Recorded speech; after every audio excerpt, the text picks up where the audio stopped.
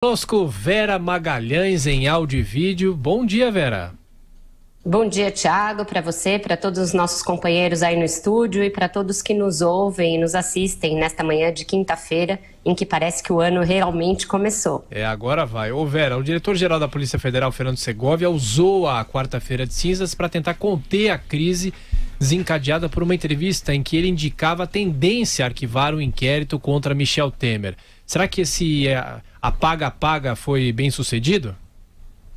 Olha, Thiago, ele fez sim uma contenção da crise, chamou sindicalistas, representantes de entidades, tanto dos delegados quanto dos agentes da PF e dos peritos, para se explicar, para dizer que não pretendeu interferir num inquérito em andamento, que o delegado tem plena liberdade para conduzir o caso, que suas palavras foram mal interpretadas, como sempre, né? Como sempre, a culpa é da imprensa, e disse que a entrevista era toda sobre projetos da PF, uma agenda positiva para a instituição, e que só no final fizeram lá uma pergunta sobre o inquérito contra o presidente Michel Temer por uma suposta interferência no setor de portos, a edição de uma medida provisória para beneficiar empresas do setor portuário, e que aí ele teria sido infeliz ao colocar as coisas daquela maneira. A verdade é que a entrevista contém duas impropriedades, Thiago. Uma delas é essa, de falar de um inquérito em andamento. E a outra, que foi considerada mais grave por parte tanto dos delegados quanto dos agentes da PF, foi a de indicar que o delegado poderia sofrer alguma sanção e até ser afastado do inquérito em razão das perguntas que formulou para o presidente Michel Temer. As perguntas, se você for olhar, são 50, elas não têm nada demais, elas não têm nenhum tipo de inferência ideológica, nada. Elas são perguntas pertinentes ao inquérito. Ele pergunta se ele conhecia o Rocha Loures, se era um homem de sua confiança, se ele participou da edição da medida provisória dos portos, se as empresas portuárias financiaram de alguma maneira suas últimas campanhas. Tudo isso por quê?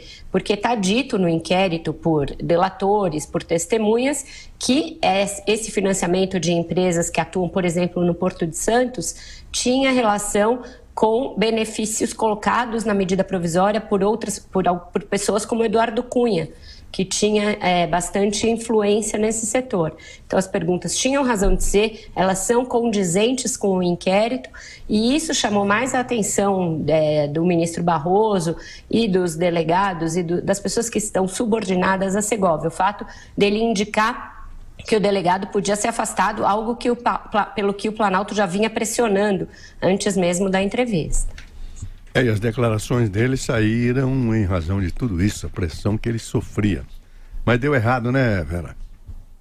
Pois é, Joseval, a gente falou desde a indicação do Segovia para substituir Leandro Daello que havia ali muitos vícios de origem nessa indicação.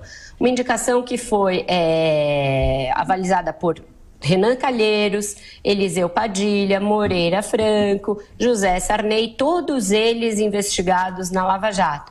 É como colocar alguém da confiança dos investigados para tocar as investigações. Então, isso já foi alertado aqui na Jovem Pan por nós desde o início.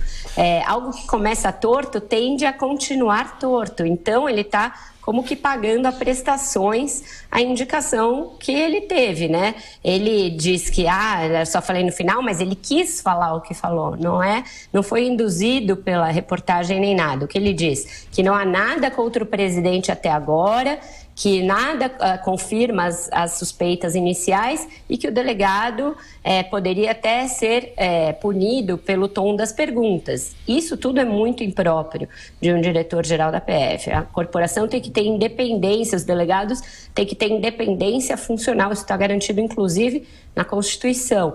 Então a pressão saiu pela culatra, porque agora que ela ficou explícita pelas declarações dele mesmo, dificilmente ele vai poder afastar o delegado Kleiber Malta sem que isso seja carimbado como um pagamento de fatura para o Palácio do Planalto. Então o delegado ganhou uma espécie de estabilidade momentânea no caso. Ô Vera, rapidamente para a gente fechar, na segunda o ministro Luiz Roberto Barroso vai se reunir com o diretor-geral para discutir o conteúdo das declarações. Ele pode sofrer algum tipo de processo? Olha, ele mandou ontem já uma explicação por escrito para o ministro Barroso e deve haver essa reunião na segunda. Aí vai depender do que o ministro vai decidir e se a Procuradora-Geral da República, Raquel Dodge, vai apresentar alguma representação contra ele. Ela pode fazer isso, ela tem essa prerrogativa. Vamos ver se eles vão considerar que as explicações dele são suficientes e se o puxão de orelha que ele vai levar do ministro Barroso na segunda-feira vai ser o suficiente ou se isso vai ter consequências mais sérias, consequências como um processo como esse. Tiago, por hora eu imagino que vai ficar tudo na base do puxão de orelha. O Barroso vai ouvi-lo, vai receber essas explicações por escrito e deve dar alguma declaração de que isso não é admissível e segue o baile. Eu acredito que por hora é isso. Vamos ver. Ô Vera, bom trabalho para você. Você volta ao longo da nossa programação. Até mais tarde. Até mais tarde. Um bom trabalho para vocês também aí no Jornal da Manhã.